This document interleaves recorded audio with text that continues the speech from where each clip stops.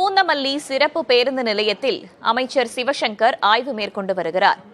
இது தொடர்பான காட்சிகளை பார்க்கிறோம். கூடுதல் தகவல்களை வழங்குவதற்காக செய்தியாளர் நவீன் இணைந்திருக்கிறார். அவரிடம் கேட்கலாம். நவீன், பூந்தமல்லியிலிருந்து தமிழகத்துடைய எந்தெந்த பகுதிகளுக்கு பேருந்துகள் இயக்கப்படுகின்றன, எவ்வளவு பேருந்துகள் இயக்கப்படுகின்றன? கிளாம்பாக்கத்திலிருந்து தென் மாவட்டங்களுக்கு போதிய அளவில் பேருந்துகள் இல்லை அப்படின்னு சொல்லப்படுதே, இது குறித்து ஏதேனும் தெரிவித்திருக்கிறாரா அமைச்சர்? பொங்கல் பண்டிகையை முன்னிட்டு பொதுமக்கள் தங்களது சொந்த ஊருக்கு சென்று பொங்கல் பண்டிகையை கொண்டாட தமிழக அரசு சார்பில் கிளாம்பாக்கம், தாம்பரம் சானிட்டோரியம், பூந்தமல்லி, மாதாவரம் போன்ற பகுதிகளில் இருந்து சிறப்பு பேருந்துகள் இயக்கப்பட்டு வருகின்றது. குறிப்பாக பூந்தமல்லியில் இருந்து கர்நாடகா, ஆந்திரா, ஓசூர், கிருஷ்ணகிரி, தர்மபுரி, பெங்களூரு, வேலூர் உள்ளிட்ட பிற பகுதிகளுக்கு இந்த பகுதியிலிருந்து பேருந்து இயங்கி வருகின்றது.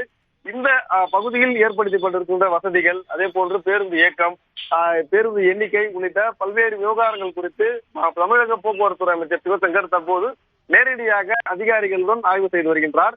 குறிப்பாக பூந்தமல்லி நகராட்சி அதிகாரிகளுடன் அங்கு ஏற்பாடு செய்யக்கூடிய அந்த குடிநீர், அதே போன்று ஓய்வறை உள்ளிட்ட வசதிகள் குறித்து அதிகாரிகளிடம் அவர் கேட்டறிந்துள்ளார். பூந்தமல்லி பேருந்து நிலையம் பொறுத்த மட்டும் இது தற்காலிக பேருந்து நிலையம் தான்.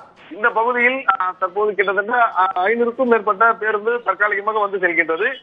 இந்த பகுதியில் பேருந்து பயணிகளிடம் நேரடியாக அமைச்சர் சென்று அவர்களுக்கு ஏற்படுத்தியுள்ள வசதிகள் போதுமானதாக இருக்கின்றதா, வேறு ஏதேனும் தேவை இருக்கின்றதா என கேட்டறிந்தார். அதே போன்று போக்குவரத்து துறை அதிகாரிகளிடம் ஓட்டுநர், நடத்துனர் வருகை, அதே போன்று இங்கே நடந்து வரும் செயல்பாடுகள் நேரடியாக கேட்டறிந்தார்.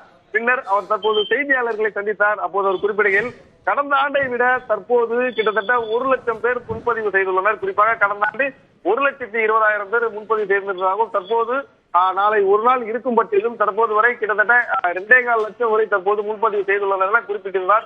அதே போன்று ஆம்னி பேருந்துகள் அதிக கட்டணம் வசூலித்தால் கடுமையான நடவடிக்கை எடுக்கப்படும் என எச்சரிக்கை விடுத்திருந்தார். இந்த தற்காலிக பேருந்துகளில் தேவைக்கேற்ப நிரந்தர பேருந்துகள் நிலையமாக மாற்ற நடவடிக்கை எடுக்கப்படும் என அவர் தெரிவித்திருக்கின்றார். வேதவள்ளி, பேருந்துகளின் இயக்கம் குறித்து ஆய்வு செய்து அடிப்படை வசதிகள் குறித்தும் கேட்டறிந்திருக்கிறார் அமைச்சர் சிவசங்கர். தகவல்களுக்கு நன்றி நவீன்.